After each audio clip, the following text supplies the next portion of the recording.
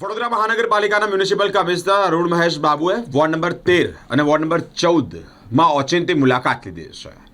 Ward number 14માં ઓચિંતી મુલાકાતની સાથે જ અનેક જે દબાણો હતા, એટલે કે નવાપુરાવાળો જે વિસ્તાર છે અને ત્યાં દબાણો દૂર કરવામાં આવ્યા છે।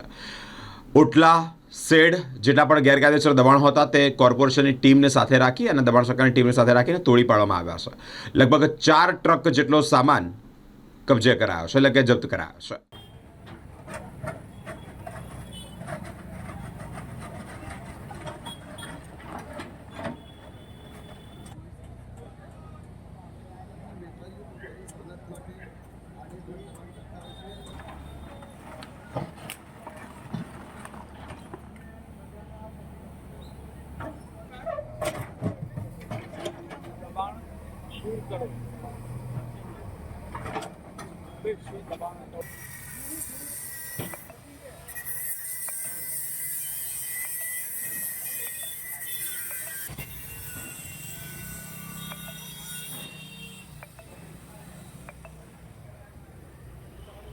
નવા બજારની અંદર ટ્રાફિકની ઘણી સમસ્યા છે, તો દુકાનની આગળ જે ઓટલાઓ બનાવી રાખે જેના લીધે થઈને વાહનો પાર્ક કરે છે બંને સાઈડ, તો વાહનો પાર્ક કરવા માટે થોડી અંદર જગ્યા મળશે, જેનાથી ટ્રાફિક હળવો રહે।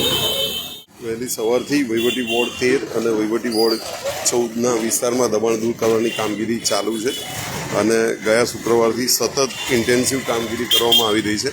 અત્યારે હાલ નવા બજાર જે વિસ્તાર છે એમાં પણ જે ગેરકાયદેસર ઓટલા બનાવે છે ને એનાથી રોડમાં અડચણ ઊભી થાય છે, ટ્રાફિક માટે, પાર્કિંગ માટે અને અન્ય રીતે જે ખરીદી કરવા જે પગપાળા બી આવે છે તો એમને પણ ખૂબ જ તકલીફ થતી હોય છે અવર જવરમાં।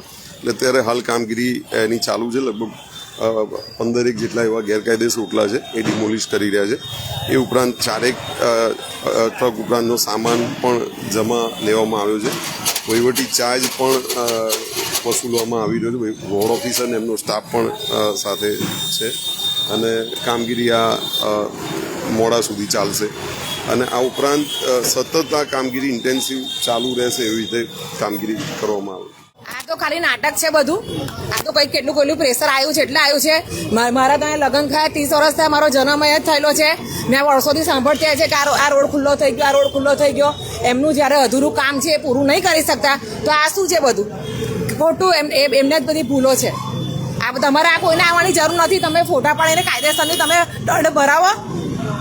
તમે આમ ગુનો થાય છે તે માણસ પર તમે દાખલ કરો છો ને નામ સાથે, તો આ ગુનો નથી। આપો એને પાવતી 5,000 10,000ની તો આવ તો બંધ થઈ જશે વ્યક્તિ। એની લક્ષ્મણ રેખા તમે દોરીને આપો। તમે ધર્મમાં બેઠા તો લક્ષ્મણ રેખા આપો કે તારી આ વેરો ભરે છે, આ ટેક્સ તારા સડલ લાગ્યું છે, એની બહાર તારે 2 ફૂટની બહાર તારે મર્યાદા છે, આપો તમે। 2 ફૂટની બહાર નહીં આવે, કોઈ બહાર ના આવે। ક્યારે બહાર આવે છે લોકો? તમારી કોઈ ઓળખાણ લઈને આવે છે ત્યારે બધું થાય છે। કોઈ ઓળખાણની જરૂર શું છે?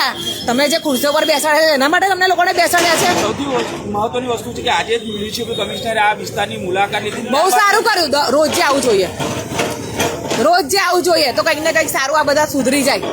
પબ્લિક પણ અધિકારીઓમાં તો રસ નથી ને કામ કરવાની નથી, કશું કામ થયું જ નથી ને, અને કમ્પ્લેન કરે છે તો આપણે નલ્લા તલ્લા પર ચડાવી દે છે।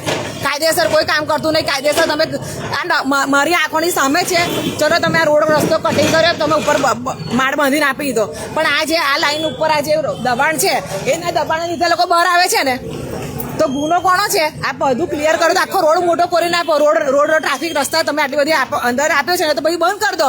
ના થતું હોય તો કરો તો કમ્પ્લીટ કામ કરો ને, તો દેખાડવા માટે પબ્લિકમાં કામ ના કરો।